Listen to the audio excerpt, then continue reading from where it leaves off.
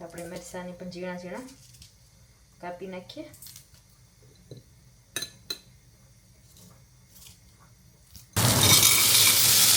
બધું મિક્સ કરી દઈએ.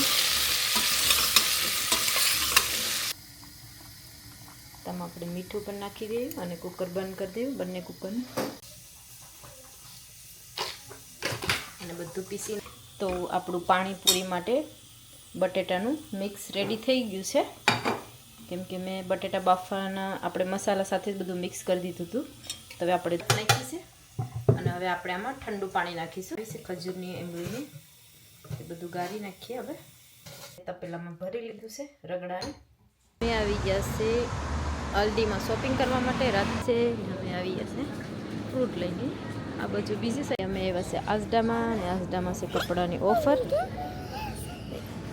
જય શ્રી કૃષ્ણ, હર હર મહાદેવ, જય સિયારામ.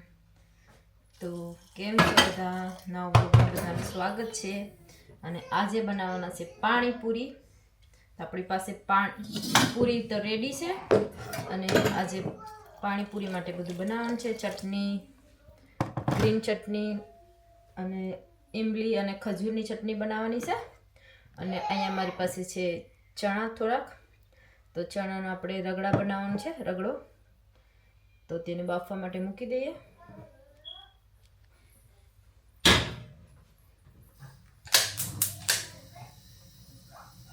તેમાં મેં ગરમ પાણી નાખી દીધું છે ચણા બાફવા માટે. અને આપણે બનાવવાનું છે બટેટાનું થોડું મિક્સ. તો આપણે કુકરમાં ડાયરેક્ટ અહીંયા મેં ગેસ ચાલુ કરી દીધું છે.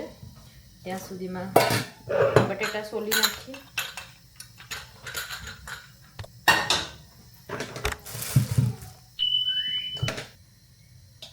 તો અહીંયા જે આપણે બટેટાની સૂકી ભાજી બનાવવાની છે પાણીપુરી માટે, બટેટાનું મિક્સ બનાવવા માટે. તમે અહીંયા બટેટા લઈ લીધા છે.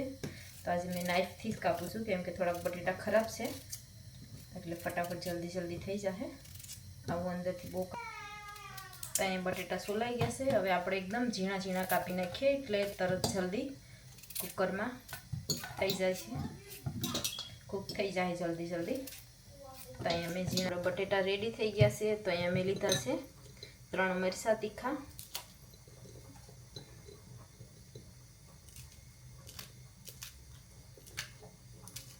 તો આપણે મરચાંની પણ ઝીણા ઝીણા કાપી નાખીએ.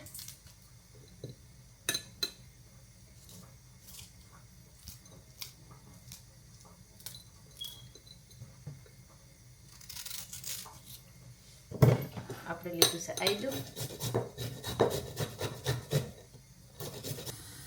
તો અહીંયા આપણે કુકર મૂકી દીધું છે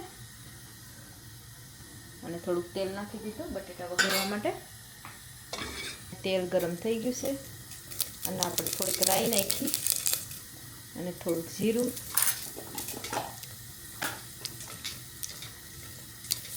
થોડી હિંગ. ગેસ ધીમો કરી દીધો. હવે આપણે નાખીશું આદું અને મરચાં.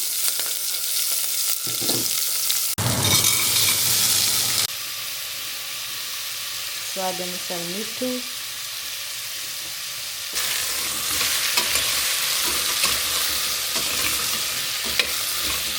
આપણે બધું મિક્સ કરી દઈએ.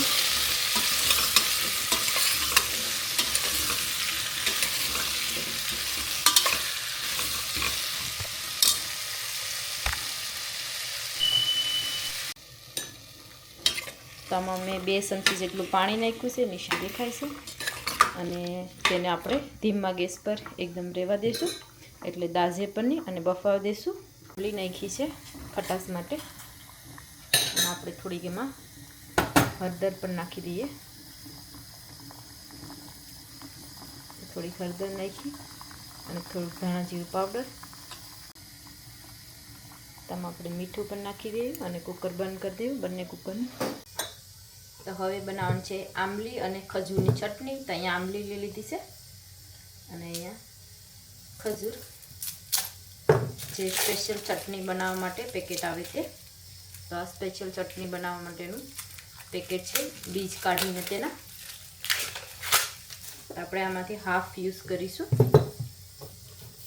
તમે એમાંથી હાફ ખજૂર લઈ લીધો છે.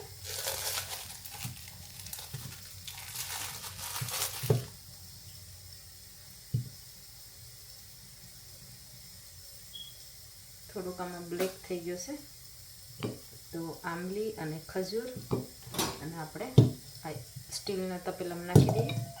બંને સાથે ખજૂરને થોડોક ઝીણો ઝીણો કરી નાખીએ એટલે જલ્દીથી બફાય.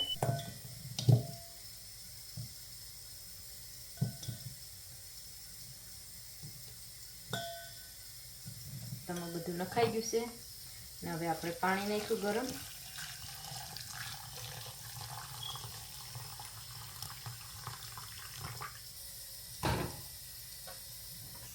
તો હવે આપણે બનાવવાનું છે પાણી, જે ગ્રીન ચટણી બનાવીને. અહીંયા લીધા છે ધાણા, 2 તીખા મરચાં, થોડુંક આદું, લીંબુ અને કાચી કેરી. થોડીક કાચી કેરી લીધી છે તો બધું કાપી નાખીએ પહેલાં. એ બધું સાથે મિક્સરમાં પીસી નાખીએ. આપણી પાસે પુદીના નથી તો બધું કપાઈ ગયું છે અને આપણે ચટણી બનાવવા માટે મિક્સરમાં નાખી દઈએ.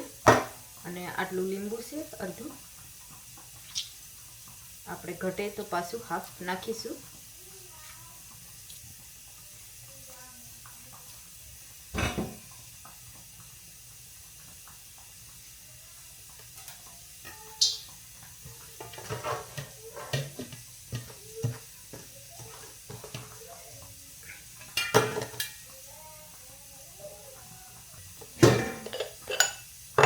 તો હવે આપણે આમાં મીઠું પણ નાખી દઈએ સાથે સાથે. તો અહીંયા મેં 2 ચમચી અને થોડુંક નાખ્યું છે. પછી આપણે નાખીશું પાછા ટેસ્ટ કરી. હવે નાખીએ આપણે થોડીક ખાંડ અને બધું પીસી.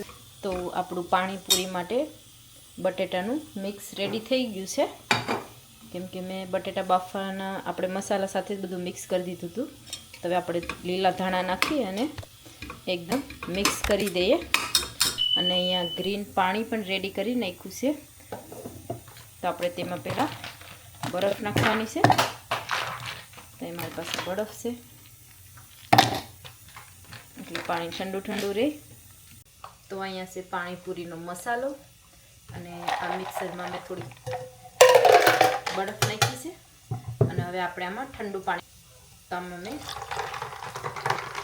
ઠંડુ પાણી નાખ્યું છે. થોડુંક વધારે નાખી દઈએ.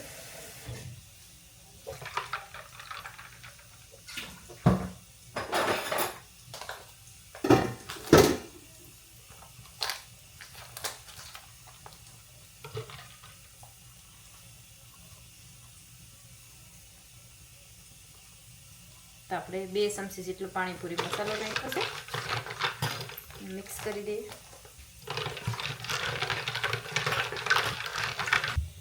તો હવે આપણે આમાં નાખવાનું છે થોડું ગોળ મીઠાશ માટે.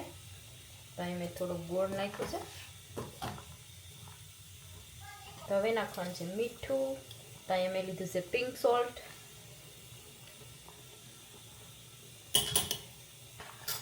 તો અહીંયા નાખ્યું છે લાલ મરચું તીખાશ માટે.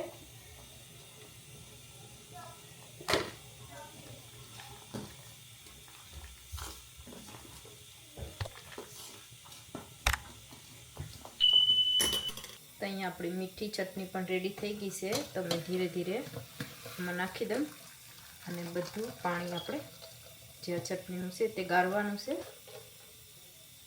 તો મેં બધું આમાં નાખી દીધું છે.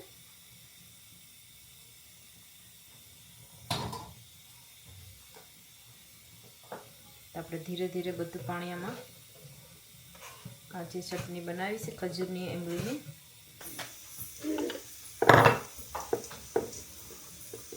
તો ભાઈ કેરી, મીઠું અને ચટણી આજે પાણીપુરી સાથે બધું જ ખાટું મીઠું બધું જ ખાવાનું છે.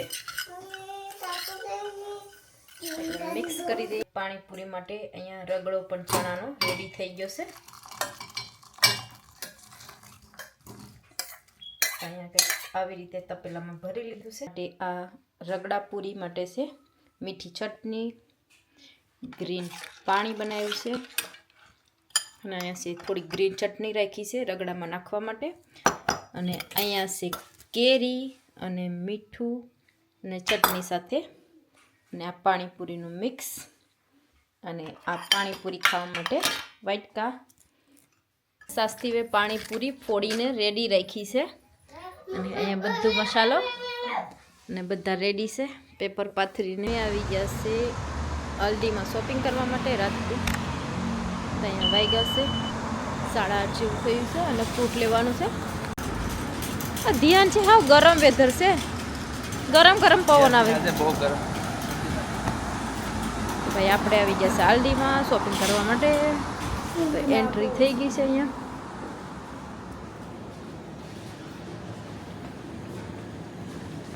આજે સવારથી જ એમ ગરમ છે. ફ્રેશ ગ્રેપ ધરાક લેવીશ. ફ્રોઝન હોય તો ફ્રોઝન થોડી હોય ફ્રોઝન બને ઠંડુ સારું પેકેજ જોવું પડે. કાળી મારી ગઈ લાગે. આ જો તો આ નાની તો ભાઈ અહીંયા તરબૂચ ચેકિંગ થાય છે.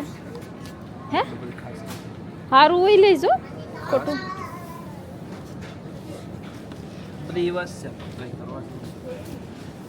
તો ભાઈ તરબૂચની શેકિંગ થાય છે સાધ્યાંશીની.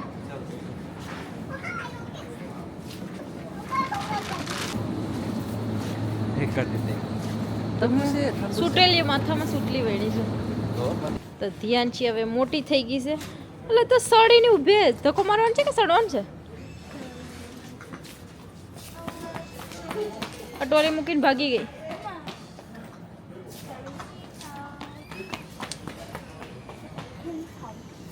ધ્યાનથી ટોલી હલાવતા આવડી ગઈ છે. ધીરે ધીરે બહાર નીકળવા આવી જશે. નીકળી ગયા છે. અમે એવા છે આસડામાં, અને આસડામાં છે કપડાની ઓફર. તો ધ્યાનથી એક ટી શર્ટ લીધું છે તો અમે શોપિંગ કરીને હવે બહાર નીકળી ગયા છે. ને અહીંયા તો એકદમ વરસાદ આવવા લાગી ગયો છે.